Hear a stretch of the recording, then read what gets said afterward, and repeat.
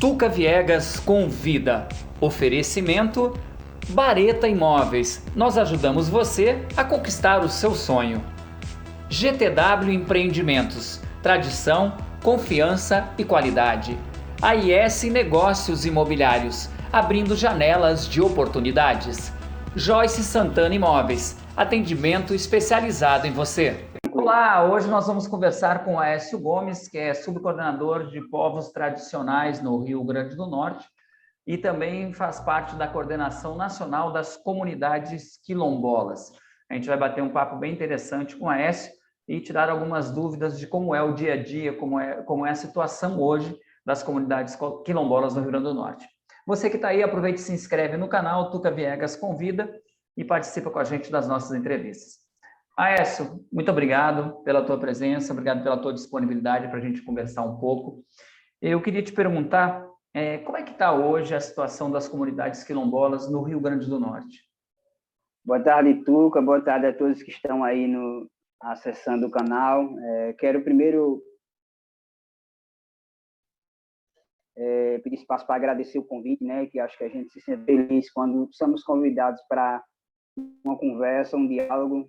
É de suma importância que a gente paute essas questões, né, principalmente em segmentos tão em situação de vulnerabilidade que vivem, né? Então é importante que a gente leve esse tema, porque o Brasil sempre negou a questão do racismo, do preconceito, e a gente sabe que existe e muito nessas comunidades, né?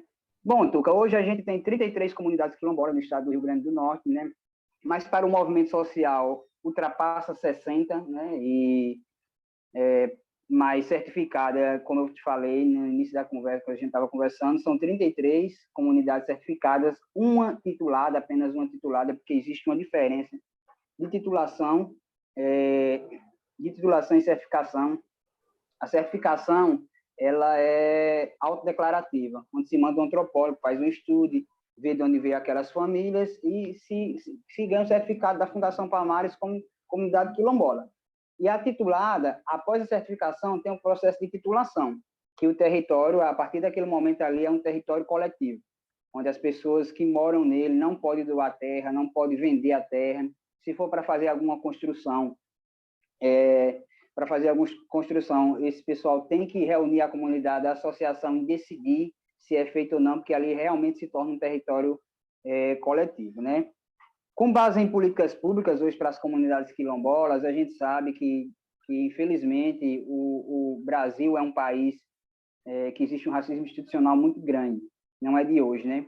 Ainda bem que hoje a gente tem um mandato no Estado, da professora Fátima, que é um mandato mais de esquerda, um mandato mais de popular, que dialoga com essas comunidades, abre espaço, inclusive eu como subcoordenador de povos e comunidades tradicionais, que faz parte, que é alocado na COEPI, né, que é a Coordenadoria de Política de Promoção da Igualdade Racial, dentro da SENGID, Secretaria de Estado das Mulheres e da Juventude, da Igualdade Racial e Direitos Humanos. A gente consegue dialogar com esses povos, né, que antigamente não existia nem esse diálogo. Então, com esse diálogo, a gente começou a perceber os grandes problemas que tinham as comunidades quilombolas, inclusive a questão territorial mesmo e a falta de titulação e a falta de acessar políticas públicas, Tuca. Inclusive, tem algumas comunidades do estado, para você ter uma ideia, que eu visitei todas as comunidades do estado, e tem comunidades do estado que você chega e eles estão tendo uma refeição de 7 horas da manhã, feijão, arroz e ovo, porque é a única refeição do dia, para você ter uma ideia. Como tem algumas comunidades que vivem ainda em uma situação de extrema vulnerabilidade, né? Em pleno século XXI, em um país que podia estar em desenvolvimento, a gente ainda encontra pessoas dessa forma, que são justamente as pessoas que estão na comunidade quilombola. E chegou um período que foi o período da pandemia, que aí piorou bastante a situação dessas comunidades que já viviam numa situação de extrema pobreza e chegou a pandemia. Sorte nossa que a gente conseguiu dialogar junto com o governo, né, a COEPI, o governo do estado conseguiu manter a segurança alimentar dessas comunidades, bem como teve uma parcela também do governo federal com muita luta e com muito esforço. Mas são comunidades em uma situação de extrema pobreza mesmo. Se você vê, tem comunidades no estado tem comunidades que vivem em casa de taipa, de barro mesmo. porque é uma situação muito crítica, sabe, que a gente vive. Houve uma mudança, claro que houve de 2003 para cá, né, com a chegada de um governo, a gente conseguiu, por exemplo, ter um decreto específico para as comunidades quilombolas, né, que é o 488407, que ele além de dar, como é que eu posso dizer, além de dar oportunidade que as comunidades quilombolas discutam com o governo, que antigamente era o governo federal, ele faz um mapeamento das comunidades, ele consegue fortalecer as comunidades junto desse decreto, que inclusive foi um decreto que foi muito contestado, né, com a entrada de Temer e tudo mais, tentaram derrubar esse decreto para que acabasse as comunidades quilombolas, mas a gente conseguiu manter. Então, a situação é essa, né? Agora, no meio da pandemia, com muita luta da CONAC, da Coordenação Nacional, logo que começou o processo de imunização, a gente conseguiu imunizar mais de 24 mil quilombolas aqui no estado, de uma parceria da CESAP, o governo do estado, né, e a CONAC, na verdade, a Coordenação Nacional. Então, a gente conseguiu vacinar esse público, porque é um público que vive na coletividade, né? E aí a gente tinha necessidade de vacinar esse pessoal, porque é um grupo que vivem ali. Então, a gente conseguiu, nessa pandemia, vacinar boa parte dos quilombolas, exceto os de 18 anos abaixo. Aécio, você falou, vacinou 24 mil quilombolas. A população chega a quantos hoje? Tuca, a gente não tem um mapeamento concreto, né, de quanto chega. A gente sabe que das 33 comunidades quilombolas, tem comunidades que têm 3 mil, tem comunidades que têm cerca de 200 famílias ou 300, 500 famílias, então a gente não tem um mapeamento. A ideia de fazer um mapeamento agora vai a partir do Plano Estadual de Igualdade Racial que a gente está desenvolvendo justamente na Secretaria de Estado das Mulheres, né? Esse plano, o último plano que ocorreu foi em 2007, e a gente agora está trazendo ele novamente para atualizar. O que o plano significa? O plano significa que a gente vai mapear as comunidades quilombolas. Qual é isso? Então, o plano vem justamente para isso, e não só as comunidades quilombolas, mas também os povos de terreiro, os ciganos e os povos indígenas. Então, o Plano Estadual de Igualdade Racial, hoje no Estado, o governo pretende que a gente consiga mesmo fechar esse plano para que a gente tenha um entendimento de quantos quilombolas tem no Estado. A gente conseguiu vacinar 24 mil. Certo. E teve alguns que também não quiseram se vacinar, né? Porque você sabe que tem em todo canto, mas infelizmente aconteceu de muita gente não querer se vacinar. Então a gente não tem uma ideia. A gente sabe que é mais de 30 mil. Se você falou, deu só uma cortada quando você estava dizendo, eu queria que te repetisse. Esse mapeamento vai identificar o que você falou?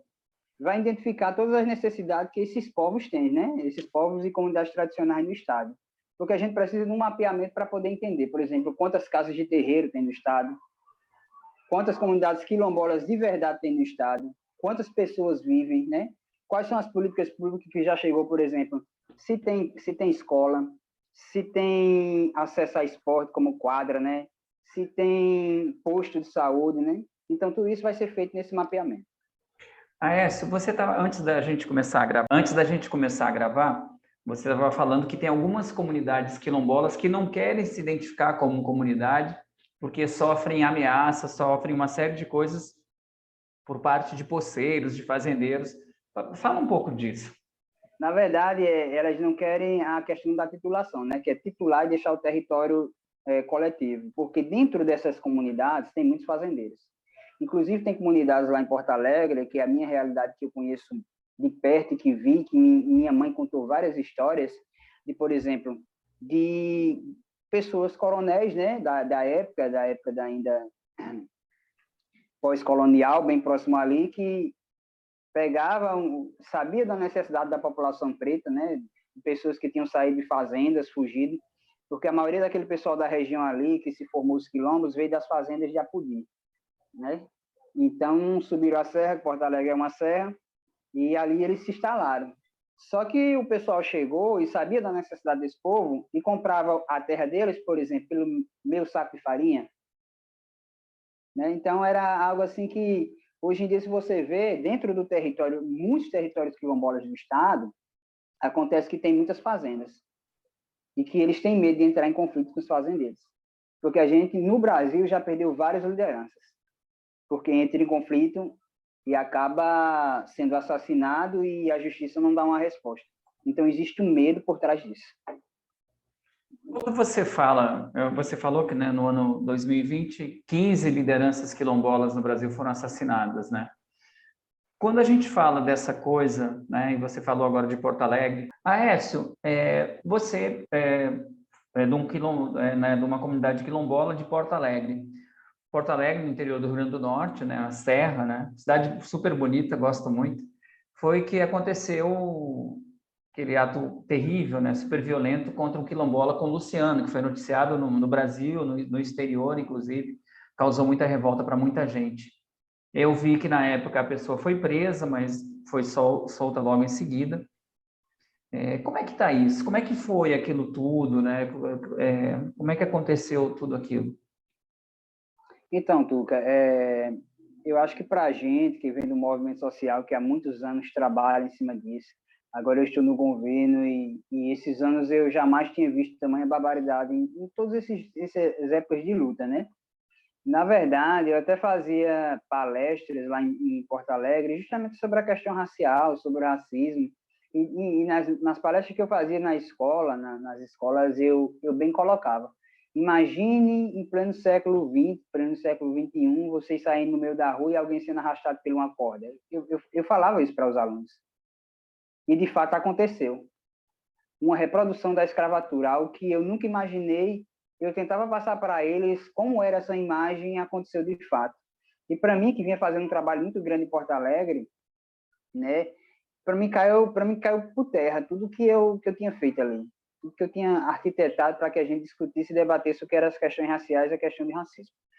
O caso de Luciano, ele no primeiro eu estava em Porto Alegre quando aconteceu, né, foi no sábado, 11 de setembro, e logo que aconteceu, alguém chegou para mim e comunicou o que tinha acontecido. Eu estava lá em nome do governo do estado, né? Estava em uma agenda do governo do estado. Eu disse, não, já que eu estou aqui, eu vou procurar saber o que realmente aconteceu, né?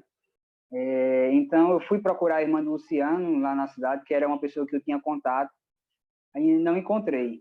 Na segunda-feira, quando eu estava retornando para Natal, que meu celular pegou sinal já próximo de casa, já pegando o Wi-Fi de casa, começou a surgir vários vídeos no meu celular, né? O mesmo vídeo.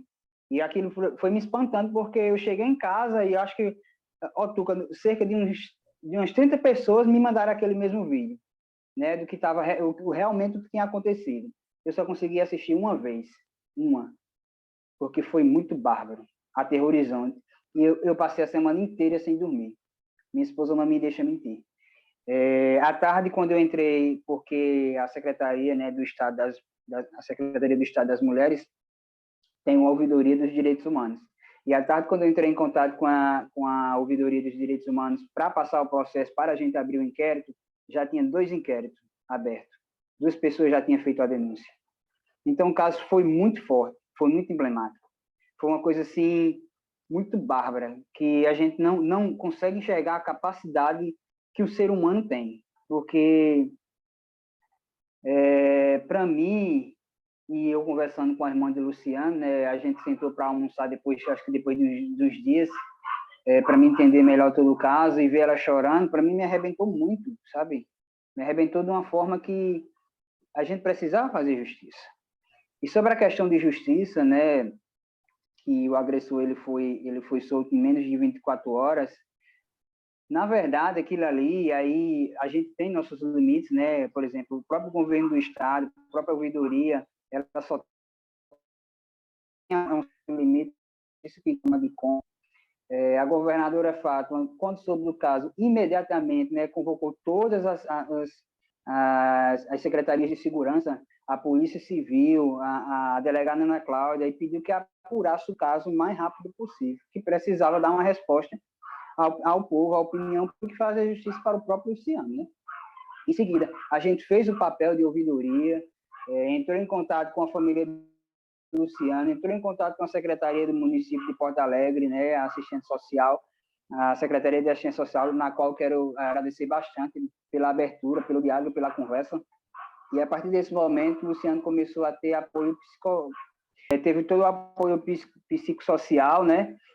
tanto ele como a irmã, e a gente, junto ao município, conseguiu uma casa de reabilitação para Luciano, porque Luciano já estava num processo de alcoolismo muito forte, né?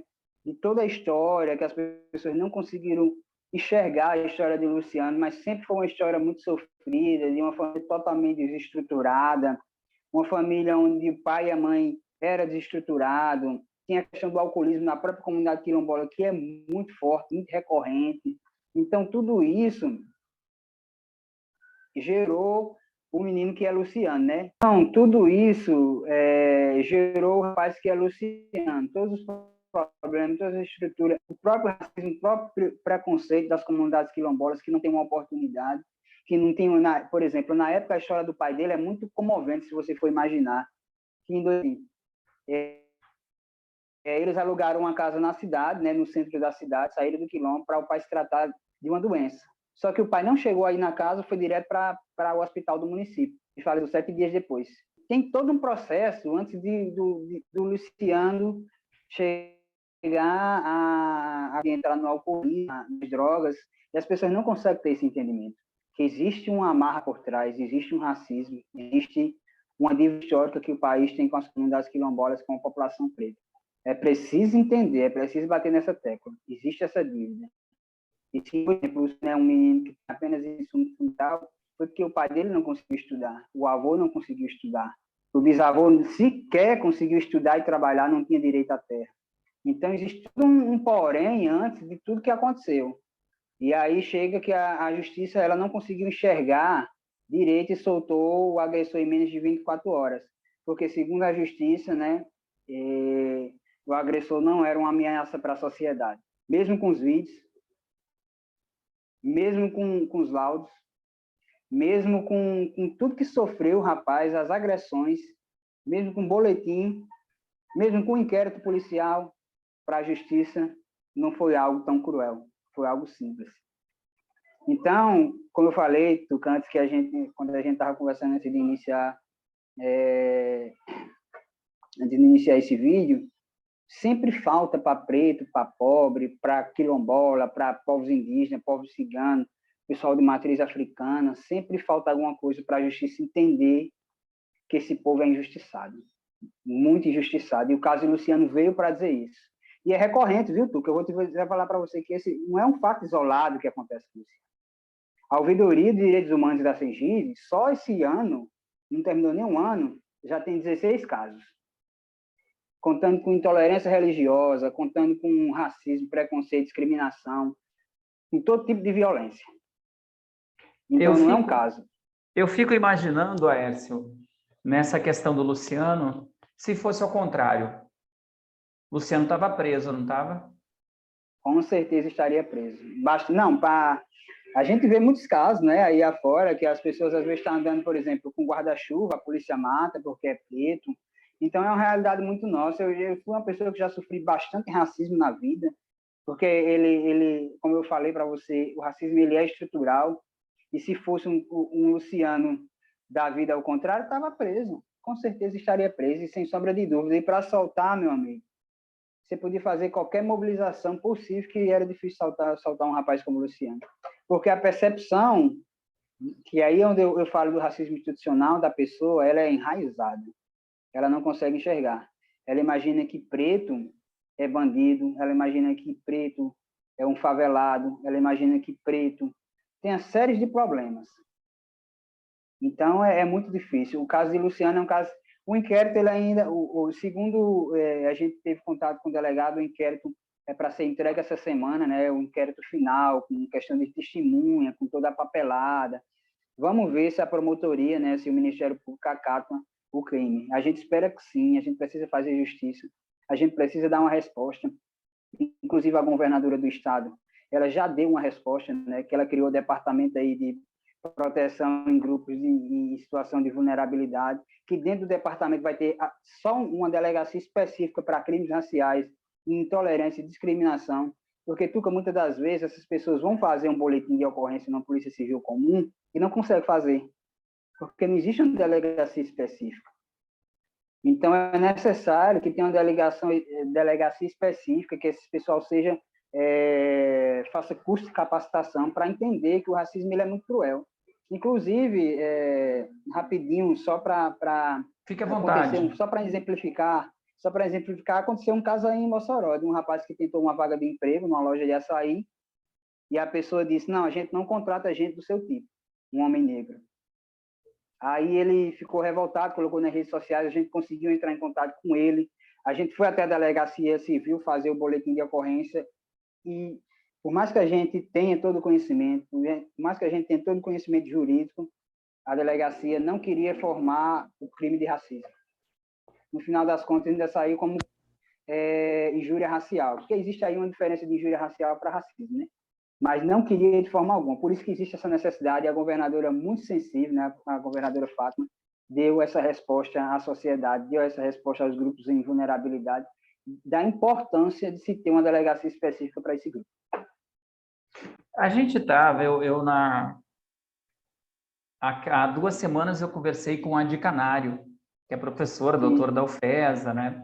Coordenadora do Movimento Negras, tal. A gente falou sobre inclusão racial, sobre essas coisas do poder, da resistência e tal. E eu estava questionando a Dir sobre... Eu disse, Dir, essa coisa é muito cultural, tal, mas é também de caráter, né? Eu acho que isso passa muito pelo caráter das pessoas, né? Porque eu fico achando inimaginável numa cidade como Porto Alegre, né? É um fato desse, para mim, soa como uma coisa assim absurda. E como o que a gente estava falando, pô, a gente está em 2021, né? A gente está em 2021. E aí o que fica essa coisa, como é que é isso, né? E tipo assim, isso é diário? Essa coisa é diária, esse preconceito, esse racismo é diário? É diário, é recorrente. Eu morar em Natal, eu sofri racismo 3 vezes só num dia, para você ter uma ideia. E aí foi aí que me fez entrar no movimento social e lutar pela causa, né? Eu já sabia que existia o racismo porque minha mãe falava muito. E você colocou aí a situação de Porto Alegre, que achava isso imaginar, mas é uma coisa... Porto Alegre é uma cidade muito racista, infelizmente. A gente tem 4 quilombos. É a cidade do estado que tem mais quilombos. Mas é a cidade dominada por pessoas brancas, dominada por pessoas que vêm da época dos coronéis, e acaba que a população preta, até ter acesso às políticas públicas, foi muita luta, foi muita dedicação. E ainda existe muito essa questão do racismo institucional do município, é muito enraizado. É todos os dias um preto sofre racismo, todos os dias um preto não tem acesso a uma vaga de emprego, todos os dias, por exemplo, a própria religião de matriz africana sofre intolerância religiosa, são casas de terreiro que são queimadas, casas de terreiro que são denunciadas por batuque. Então, é muito recorrente isso. E como eu bem falei, ainda bem que vai existir essa delegacia para que esses povos consigam fazer sua denúncia e que seja apurado de maneira correta, porque precisa de uma apuração de maneira correta, viu? Porque é muito recorrente no Estado. Sem mentira alguma, eu sofri racismo 3 vezes no mesmo dia aqui em Natal. Para mim, foi uma das coisas mais absurdas que me aconteceu na vida, porque a elite, ela não consegue enxergar. É muito simples, eu falo muito. Quer ver onde está o racismo? A elite quer prestar atenção onde está o racismo? O racismo ele não está no xingamento, ali é injúria racial. O racismo é quando você pega dali, você morou em Natal, conhece. Você pega ali a BR-21 junto com a Salgado Filho e vai fazendo um mapeamento dos outdoors para lá do Carrefour. Quantos brancos você vê numa foto daquela dali? Todos. Quantos pretos você vê? Nenhum. Inclusive, eu conversando com um amigo meu, publicitário, ele disse, Aécio, ele hoje está em Natal. Aécio, eu saí de Natal porque uma vez a gente colocou um preto para uma exposição no outdoor daquele, e o dono da empresa chegou e disse, não, isso não é bom para a empresa. Para mim, ali foi a reta final para me sair de um lugar tão racista quanto é Natal, porque não queria colocar um preto no outdoor. É só imaginar isso. O racismo está muito escancarado, as pessoas começar a enxergar ele. Porque o país é um país racista. O Rio Grande do Norte sempre negou a população preta, o Rio Grande do Norte sempre negou a população indígena. Você só vai pegar os livros, você vai ver que não existe. E sempre existiu. Tanto preto como indígena, como cigano, como os povos de terreiro. E a gente vive hoje, né, a gente tem a Palmares, tudo, né, que parece que o dirigente não funciona para estar ligado às questões racistas, né, às questões raciais, às questões que acontecem, muito pelo contrário, né? Muito pelo contrário, está negando até livros, até a literatura ele fica negando, né? Ali é o capitão do mato moderno, que é aquela pessoa que é incentivada por uma pessoa branca para massacrar os pretos. Ali é o verdadeiro capitão do mato moderno, da modernidade. Porque você imagina, eu cheguei, uma época eu cheguei a acompanhar os Twitter dele, né? E aí ele descia o cepo nos movimentos sociais, na população preta. E quem comentava? A população branca.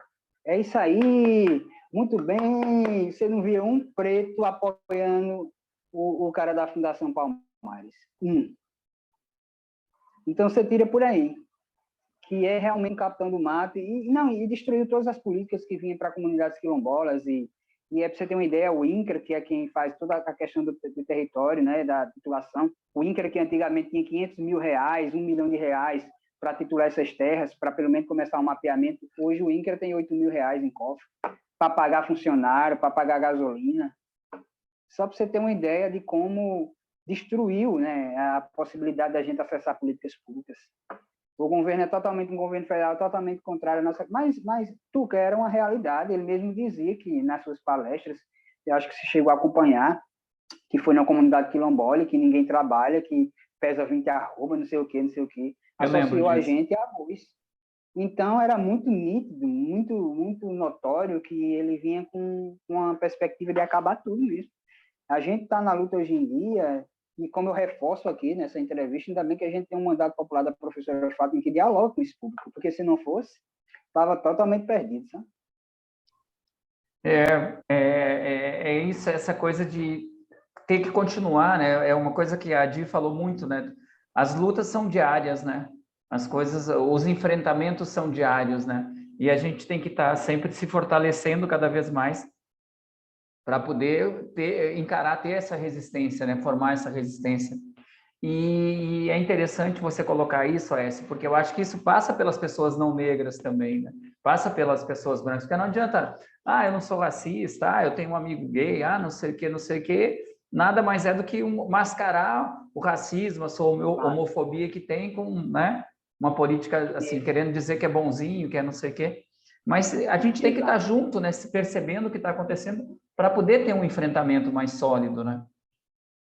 É fato, é fato. Eu acho que hoje, como eu bem coloquei para você, os meios de comunicação é um espaço que a gente pode dialogar e mostrar a esse povo que o racismo ele existe e que a gente vive numa luta diária todos os dias.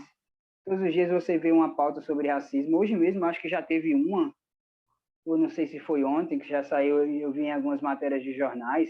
Eu sei que todos os dias acontece crime de racismo num país que foi o último país a abolir a escravatura. Aí o país me vem com a história, a sociedade, a elite, que não consegue enxergar, que não consegue ver que não existe racismo e que o que a gente tem é mimimi. A palavra que eu tenho mais ódio hoje em dia é essa tal de mimimi, porque não é na pele deles, sabe? Tem um estadista, ex-presidente, na qual eu admiro muito, que ele diz o seguinte: se não sabe algo, fale com o povo sabe. E se você não sabe de algo, converse com a população preta, ele sabe o que passa. Ele sabe o que passa todos os dias, o que é a luta diária, qual a dificuldade que a gente enfrentou nessa pandemia, qual a dificuldade que a gente tem por emprego, qual a dificuldade que a gente tem para concluir os estudos. São inúmeros fatores. A gente só quer que seja, quando alguém vem falar sobre a questão, por exemplo, das cotas, as pessoas não têm ideia, cara, de que, por exemplo, meu avô não conseguiu estudar, não conseguiu fazer uma faculdade porque não tinha oportunidade. O único estudo que ele tinha era 10 quilômetros e não tinha acesso como ele ia a pé a 10 quilômetros tentar estudar. Chegou uma época no Brasil que o preto não podia estudar. Então, é uma dívida muito histórica, porque a gente tem que reverter essa dívida e as pessoas não conseguem enxergar. O que é que uma cota vai ofender alguém? Não vai, cara. Pelo contrário, vai dar oportunidade para o crescimento do país. Quanto mais gente formado, e claro, e aí tem que ser um governo mais sensível, que gera emprego, mais gente, mais emprego, mais economia, mais o país cresce. Mas a elite, ela entende de forma contrária. A elite quer que ela esteja lá em cima, o preto, o pobre esteja embaixo e que ela massacre. E que esse pobre fique dependendo dela. Eles não aceitam. Quando a senzala, por exemplo, aprende a ler. Quando alguém que veio de baixo aprende a ler. Quando um filho de um predeiro consegue acessar uma faculdade. Eu ria muito que a primeira faculdade que eu consegui, né, cheio de pessoas da elite, né, que foram pelo ProUni, até um programa do governo passado, e eu via muita elite, e eles me olhavam meio torto, porque eu estava ali na fila, por exemplo, da lanchonetezinha para comprar um salgado, um negócio, e eu sei que eles me olhavam torto. E eles ficavam perguntando, o que esse preto está fazendo aqui? Então, é uma coisa assim, a elite ela não se conforma. Ela não se conforma. E elas querem... é por isso que elas têm tanta raiva das cotas, por isso que elas têm tanta raiva do preto acessar as coisas, porque ela é inconformada com isso. Aécio, eu quero agradecer muito, né, tua disponibilidade, o teu tempo, e quero colocar o canal Tuca Viegas Convida à disposição, tá, do movimento, disposição do movimento quilombola, tanto estadual como federal, como nacional, tá? Você pode contar com a gente nessas questões aí, sempre que tiver alguma coisa para falar, para fazer uma entrevista, fazer uma matéria. Daqui a pouco a gente vai estar fazendo as entrevistas presenciais e eu quero colocar à disposição e dizer que pode contar com a gente para a gente estar junto para tentar superar essas questões absurdas em pleno século XXI no nosso país. Muito obrigado pela sua disponibilidade, muito obrigado pela sua entrevista. Tuca, eu que agradeço novamente pelo espaço, né? Como eu bem falei e volto a repetir, eu acho que a gente precisa ocupar esses espaços, esses meios de comunicação, esse jornalismo alternativo que dá oportunidade para a gente falar e levar nossa mensagem, dizer à população do estado do Rio Grande do Norte que a Secretaria de Estado das Mulheres e da Juventude, da Igualdade Racial e Direitos Humanos está de portas abertas, porque a gente é uma porta de diálogo para conversar com as pessoas que estão em situação de vulnerabilidade, né? E o governo da professora Fátima é muito sensível com isso. A gente está para dialogar, para construir realmente políticas públicas. Felizmente, a gente pegou o Estado em calamidade, mas ele está em processo de recuperação. E a nossa luta vai continuar, tanto no governo, tanto como na militância. A gente não vai soltar a mão de ninguém, ninguém solta a mão de ninguém. É nesse momento que a gente tem que ir para a luta. De verdade, Tuca, eu agradeço demais o espaço, viu, meu irmão? E precisando também, pode contar com a gente. Eu já quero deixar uma dica aqui, para novembro, a gente está aí com uma boa programação para novembro, né, o mês da consciência negra. Vai ser quase uma semana de trabalhos, né, de feiras étnicas, raciais. Vai ter justamente um acampamento lá em Porto Alegre, um acampamento cultural que vem tratar da diversidade da população negra. 3 dias de acampamento, se vocês quiserem acampar, tem o link no Instagram, Acampo Cultural, procure lá o Acampo Cultural, acampamento cultural, que vocês vão encontrar, e faça a inscrição, que vai ser um momento muito ímpar para a população preta. E também aqui em Natal a gente vai fazer vários eventos, exposição da população preta, vai ser super bacana. E se você puder chamar alguém em novembro para uma entrevista, por exemplo, a coordenadora de Política de Promoção da Igualdade Racial do Estado, eu já deixo uma dica, tá? Pode mandar para mim, você tem meu contato, manda para mim o contato dela, que eu já vou agendar com ela para a gente fazer uma entrevista. E manda um material, um post, alguma coisa sobre essa questão do movimento, que vai ter do acampamento, que daí eu publico nas redes sociais também para o pessoal. Tá bom? Show de bola, então, Tuca. Um grande abraço. Meu irmão. Valeu, muito obrigado. Valeu. Você que está acompanhando aí, se inscreve no canal Tuca Viegas Convida e até a próxima entrevista. Tuca Viegas Convida. Oferecimento Bareta Imóveis. Nós ajudamos você a conquistar o seu sonho. GTW Empreendimentos. Tradição, confiança e qualidade. AIS Negócios Imobiliários. Abrindo janelas de oportunidades. Joyce Santana Imóveis. Atendimento especializado em você.